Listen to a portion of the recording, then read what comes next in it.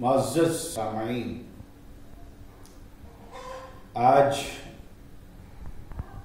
میں آپ کی خدمت میں ایک اہم موضوع کے ساتھ حاضر ہوا ہوں اور لوگوں میں جہاں کہیں بے چینی بھی ہے وہاں مسرت و شادمانی بھی ہے۔ کچھ لوگ کے پاس دو کلپیں گشت کر رہی ہیں۔ ایک کلپ ویڈیو کی بیان اس انداز میں ہے کہ سوریا ستارہ نکلے گا اور بوائیں ختم ہو جائے گی، بلائیں دور ہو جائے گی، اور بڑے شد و مد کے ساتھ یہ اعلان کیا جا رہا اور یہ دعوے کیے جا رہے ہیں کہ 12 مئی آنے والا مہینہ جو 12 مئی ہوگی، وہ تاریخ 12 مئی کی تاریخ کو بلائیں بوائیں پورے ملک سے، پوری دنیا سے یا تو بالکلیہ طور پر، مکمل طور پر اس کا خاتمہ ہو جائے گا، وہ ختم ہو جائے گا، بلائیں ختم ہو جائے گی، وبائیں ختم ہو جائے گی، کورونا وائرس مکمل طور پر ختم ہو جائے گا، یہ بیماری دور ہو جائے گی، یا اس میں کچھ کمی واقع ہوگی اور اس کی بنیاد اور بیس اس حدیث کو بنایا جا رہا ہے جو مسند امام احمد بن حنبل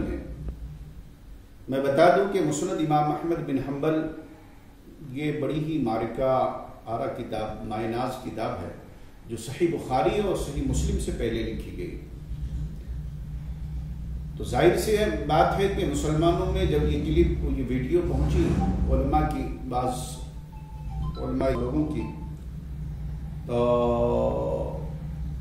لوگوں میں یہ بات پھیلی کہ ابھی 12 تاریخ مئی کی آنے والی ہے تو اس سے کیا ہوگا کہ یہ بلا دور ہو جائے گی، اور کلپیں بڑی تیزی سے وائرل ہو رہی ہے، گشت کر رہی ہے۔ میں یہاں ایک اہم بات بتانا چاہتا ہوں۔ میں نے جب احادیث کا مطالعہ کیا، مسند امام احمد بن حنبل کو دیکھا اور تفسیر روح البیان کو دیکھا اور طحاوی شریف کا مطالعہ کیا اور مشکل الآثار کا مطالعہ کیا اور دیگر احادیث کی کتابوں کے مطالعے سے جب ہم نے اس حدیث کی تحقیق کی اور مزید اس سلسلے میں معلومات فراہم کرنے کی کوشش کی کہ حقیقت میں حضور علیہ الصلوۃ والسلام کا یہ فرمان ہے اور کیا 12 تاریخ کو یہ جو کورونا وائرس کی وبا پوری دنیا، پوری انسانیت جس سے متاثر ہے، پورا کوئی ملک ایسا نہیں ہے جہاں یہ بیماری پھیلی نہ ہو، یہ وائرس پھیلا نہ ہو اور اس سے لوگ متاثر نہ ہوئے ہوں۔ ہزاروں لاکھوں کی تعداد میں لوگ متاثر ہو رہے ہیں۔ ایسے ماحول میں یہ کلپ آنا اور حضور علیہ الصلوۃ والسلام کا یہ بعض لوگ اسے ایک معجزہ قرار دینے کی بعض لوگوں کی کوشش بھی چل رہی ہے۔ میں نے جب اس حدیث کا مطالعہ کیا تو ہمیں مسند امام احمد بن حنبل میں یہ حدیث ایک مطلق نظر آئی اور اس میں یہ ہے کہ حضرت ابو ہریرہ رضی اللہ تعالیٰ عنہ اس کے راوی ہیں کہ حضور علیہ الصلوۃ والسلام نے ارشاد فرمایا کہ جب سوریا ستارہ طلوع ہوگا تو سوریا ستارہ کے طلوع ہوتے ہی جو بلائیں ہوتی ہیں، خواہ و بلائیں اور بوائیں آسمانی ہو یا دنیاوی ہو، اللہ تبارک و تعالیٰ اسے دور فرما دیتا ہے۔ اب سوال یہ ہوا کہ یہ سوریا ستارہ طلوع کب ہوتا ہے؟ اس سلسلے میں کئی ایک حدیثیں مسند امام احمد بن حنبل میں درج ہے جس میں مذکور ہے کہ سوریا ستارہ کے طلوع ہونے کے بعد یہ بلا و وبا دور ہو جاتی ہے۔ میں نے مزید جب اس سلسلے میں تحقیقات کا آغاز کیا اور مزید احادیث کی کتابوں کا مطالعہ کیا تو پتہ یہ چلا کہ یہ حدیث تو اس جیسی حدیثیں مختلف جو متعدد حدیثیں ہیں اس میں عمومی طور پر ذکر کیا گیا ہے کہ سورہ ستارہ طلوع ہوگا اور بلائیں ختم ہو جائے گی۔ کب طلوع ہوگا؟ تو صبح صادق کے وقت طلوع ہوتا ہے، وہ 3 مہینے تک رہتا، اور پھر جو ہے نا وہ ستارہ غروب ہو جاتا۔ اور آنے والا مہینہ مئی کا ہے۔ علامہ امام طحاوی نے 12 مئی کا ذکر اپنی تعبیر شریف میں فرمایا ہے کہ 12 مئی کو وہ طلوع ہوتا ہے۔ برادران محترم، مگر دوسری حدیث پاک یہ ہے جو مقید ہے۔ مقید کیا ہے؟ وہ حدیث کہ حضور علیہ الصلوۃ والسلام نے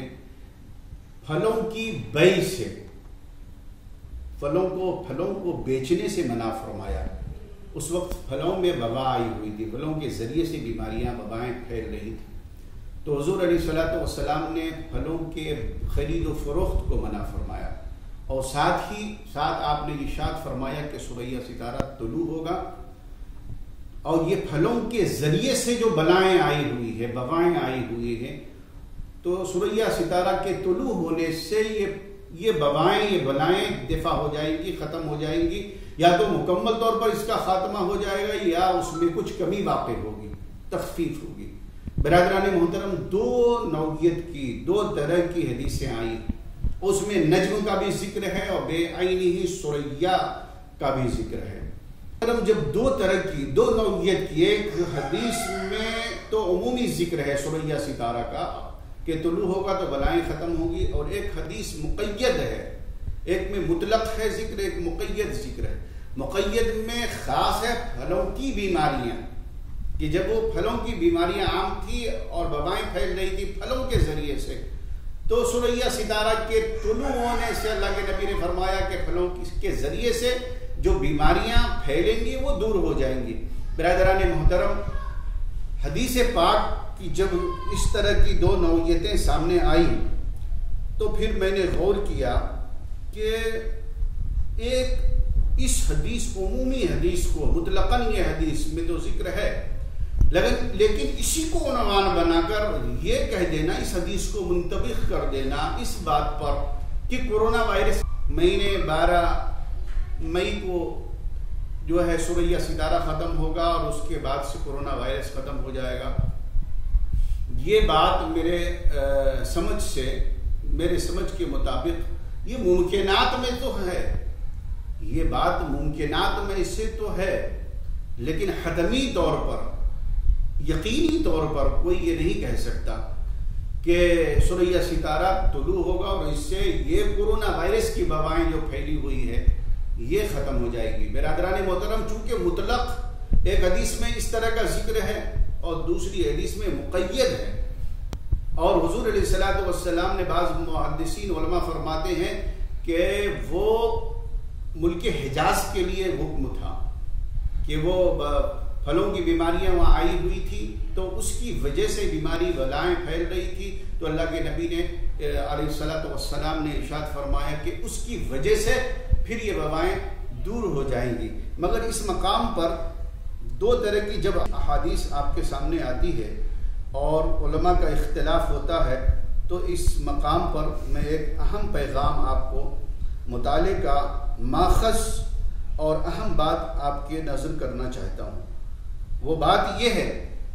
کہ آپ غور سے اس بات کو آپ سماعت فرمائیں۔ ہم سورہ ستارے سے متعلق احادیث کو عام مانیں یا خاص، اتنے بیان سے تو یہ معلوم ہو گیا کہ جب علماء کرام کے درمیان زیر بحث موضوع احادیث کے تعین معنی میں، احادیث کے تعین معنی میں اختلاف ہے، تو یہ احادیث قطعی الدلالت نہ رہی جس کی بنا پر یقینی طور پر یہ کہا جا سکے کہ انسانی وبا یا عام وبا مراد ہے، اور پھر اس کی بنیاد پر حتمی طور سے یہ فیصلہ کرنے کی کوشش کی جائے کہ 12 مئی کو سورہ ستارہ طلوع ہوتے ہی کرونا وائرس ختم ہو جائے گا یا کم ہو جائے گا۔ البتہ بعض احادیث کی ظاہری معنی کو لے کر اور علماء کے بعض اقوال کے پیش نظر اللہ عز و جل سے امید کی جا سکتی ہے کہ وہ سریا ستارہ کے طلوع ہونے سے یہ انسانی وبا کو کم یا ختم کر دے، مگر اس کا مطلب یہ نہیں کہ تعین معنی میں اختلاف کے باوجود ہم یہ کہتے بیٹھیں کہ حضور صلی اللہ علیہ وسلم نے فرمایا تو 12 مئی کو یہ ہو کر رہے گا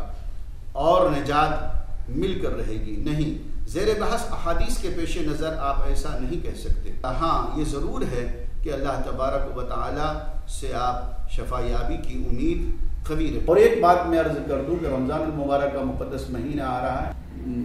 آنے والا مہینہ اگر مئی اور 12 تاریخ ہے، ممکن ہے اللہ تعالیٰ اس کے سبب سے دور کر دے۔ ارے شب قدر رمضان میں آ رہا ہے، ان کے آنے سے نزول ملائکہ ہوتی، شب قدر شب قدر میں فرشتے نازل ہوتے ہیں اور فرشتے کے نزول کی کثرت کی وجہ سے زمینیں تنگ ہو جاتی ہیں، تو ممکن ہے